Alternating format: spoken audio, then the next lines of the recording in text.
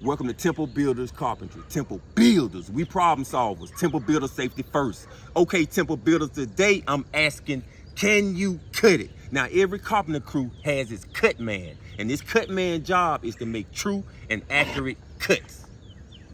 I also would like to mention, if you're not a big fan of heights, the way you can spend most of your time on the ground is to become your carpenter crew's cut man.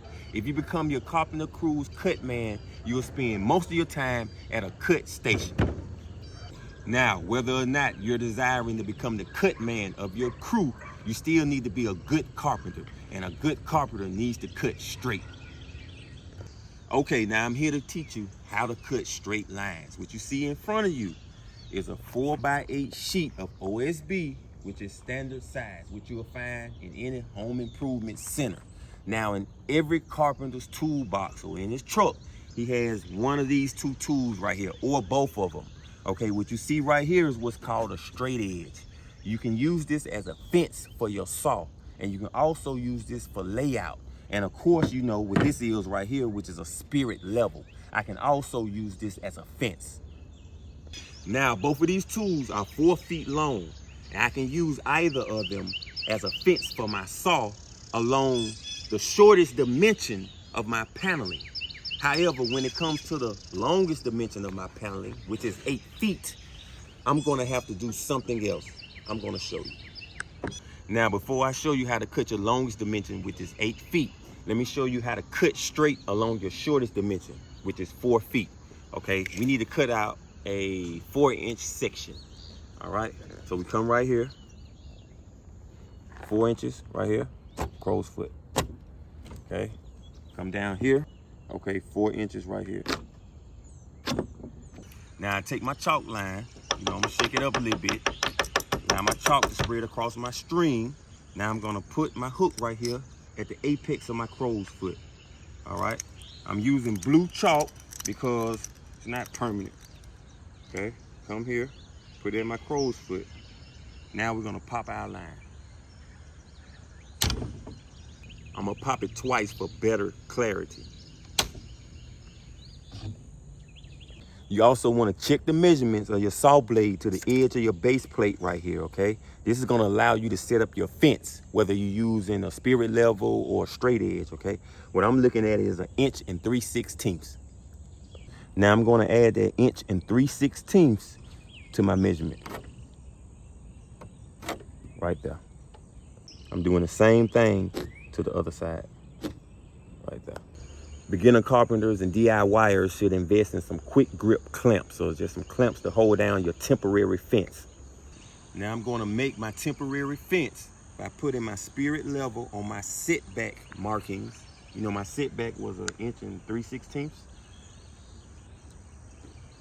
I'm attaching my clamp to make my temporary fence. You also want to make sure it's out of the way of your saw. Same thing on the opposite side. Now, this OSB paneling is 7/16 of an inch thick, right along this dimension right here. You see how far my saw is hanging past my paneling? We don't want that. So we need to adjust our saw blade, okay? We want to make our saw blade probably just maybe 1/2 inch, because it's 7/16. So 8/16 would be 1/2 inch. So we wanted to come past our thickness about 1/8 inch. Okay, this is for ease of cut. Okay, we got our temporary fence. We got our saw blade adjusted. Now, all we need to do is ride our fence along our 4-foot dimension in order to get our straight cut. Now, let's do it.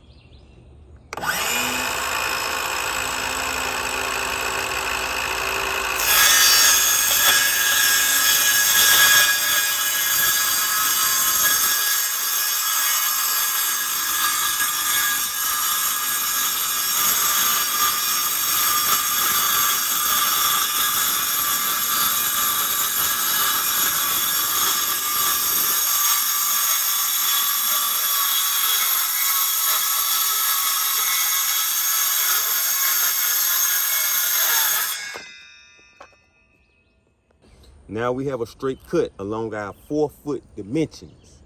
which we created using our temporary fence. We used our temporary fence in order to minimize human error. Okay, now we finna cut our 8-foot dimension. My spirit level and my straight edge is only 4 feet. There are 8-foot spirit levels. I don't have one with me right now. So what I need to do is I need to create my own straight edge. And I'm finna do this by using the straight edge right here that's on my paneling. Remember, I said the straight edge or my factory edge is a tool.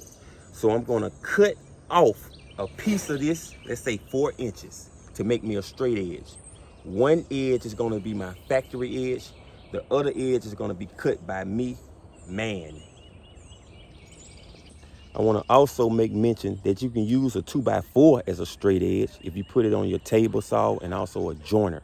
It makes a good straight edge. Now, I'm right here at the corner of my paneling. I want a 4-inch piece right here to make it my straight edge. We're at the opposite end of our 8-foot dimension right here, 4 inches.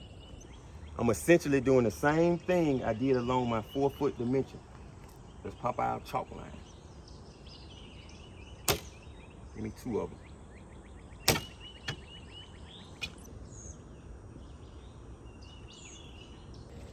Now, I'm gonna use this side as my straight edge, like I mentioned. This side is gonna be cut by me, but I want my cut to be straight and true because I might have to use this other side of my paneling, all right? Even though I'm gonna use this side right here as my straight edge. Now, when I'm through my cut, when I'm cutting, as I'm beginning to cut, I wanna make sure I stay fluid. I wanna keep myself in motion. I don't wanna do any stopping.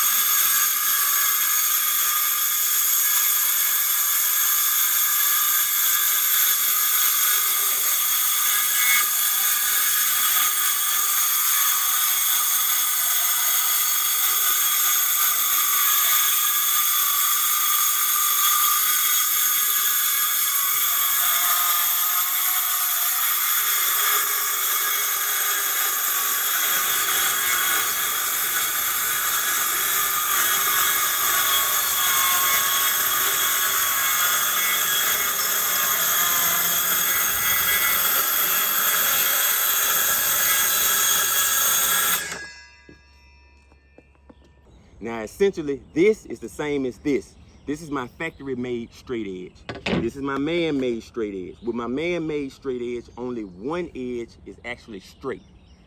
It's the factory edge that came from the factory. Now, I can use this as my temporary fence along the other side of my OSB because this side of my OSB right here is still my factory edge.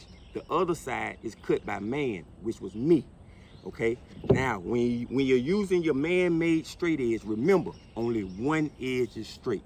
Now I want y'all to watch out for part 2. There's gonna be some good information in there. So if you like the content, like, subscribe, hit the notification bell, become my apprentice. Temple Builders.